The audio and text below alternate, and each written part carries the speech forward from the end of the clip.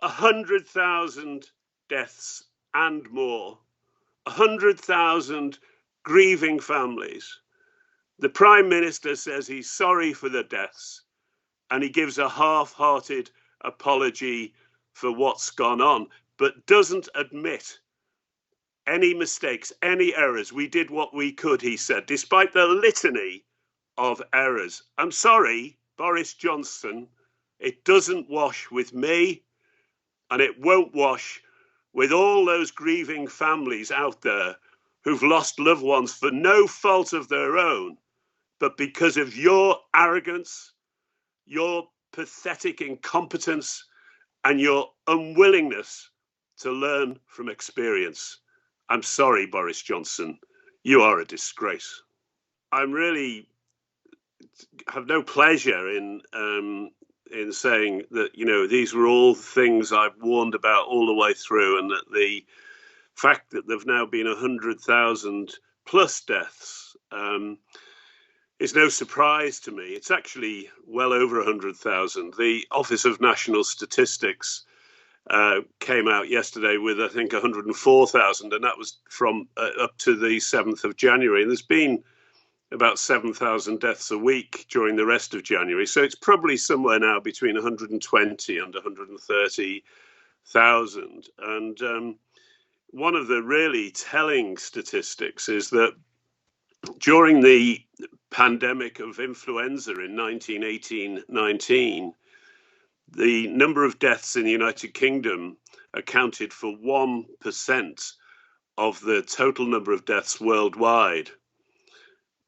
This 100,000 or 120,000 is now approaching 3% of the worldwide number of deaths. And, you know, in those days, virology was a new science. We're now supposed to have world-beating science and medicine.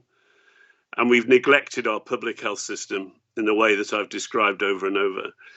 So my heart goes out to all the families, all the relatives who've lost loved ones.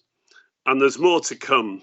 You know, some of the commentators yesterday suggesting between 30 and 50,000 more deaths are likely before we might get proper control over this terrible situation. And then the Prime Minister has the gall to say sorry for the deaths, but not really apologising, not admitting that he's got so much wrong.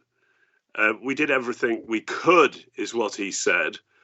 But the list of things they've got wrong, the list of omissions as well as commissions, is so long.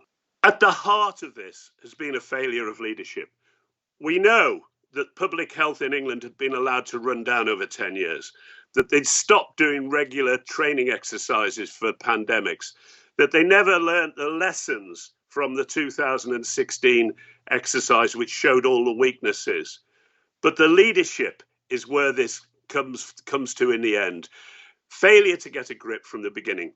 Boris Johnson's preoccupation with Brexit, his distraction by his mistress and having a fortnight's holiday with her in February, not attending 5 meetings of COBRA, not getting on top of the testing and tracing of the PPE, adopting an approach to messaging which was confused and highly political, messing about with the numbers, massaging the figures, not setting a good example himself, shaking hands with people and getting infected, and then his Lieutenant Cummings and many other prominent people not doing what they were telling other people to do, so that the trust has gone.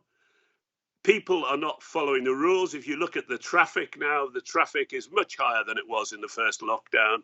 It's very difficult to get people to do the right thing because they've been let down by abysmal leadership and hypocrisy. The litany goes on and on, you know. All those contracts given to their chums, millions and millions of pounds, putting somebody as a horse jumper, but with no experience in charge of the testing and tracing, Dido Harding. Eat out and help out and spread the virus. You know, Don't listen to the scientists when they talk about having a fire break in the autumn half term. Let's have 5 days for Christmas. It goes on and on and on. And what does Johnson say? We did our best. We did our best. God help us if he'd not done his best. Just think what the numbers might have been then. I just hope that they're held to account at some time in the future, but I don't have much faith in our system because it seems to cover up for them. And many of the senior medics and people have been very reluctant to criticize the government, even after a year of this. And I'm sorry, unless the lessons are learned, we'll continue to make mistakes. And it's really important to call a spade and to identify what they've got wrong. We're still on, 1,500 deaths a day. That's likely to go on for some days. We don't know what the vaccine story is going to play out. There are supply chain rows now emerging. We're being asked to take a nationalistic stance on that again, whereas, Europe ordered vaccines and they're being asked to let vaccines made in European countries come to the UK because of failure in supply, in particular countries. But the vaccine, we're putting too much hope on the vaccine. The vaccine is very important, but we have to keep up with all the traditional public health measures as well. We have to take environmental measures, social distancing, hygiene, mask wearing, behavioral stuff. We've got to do that for the foreseeable future. It's a very bleak day today and yesterday to hear this news. My heart goes out to the families, and I just hope that at some point in the future there will be justice for those families. We must all think about these families, these 100,000 plus families. Hundreds of thousands of people have been affected. Most of us now know somebody who's been seriously ill or who's died from this disease. This is a terrible tragedy. There are many more people who've died than died during the war as civilians. This is unbelievable, a terrible tragedy. We must think about people, we must support them, we must pull together, we must get through this. But when it's all over, we must make sure there's justice for the families who've been treated so badly by Boris Johnson and his second-hand, second-rate lieutenants.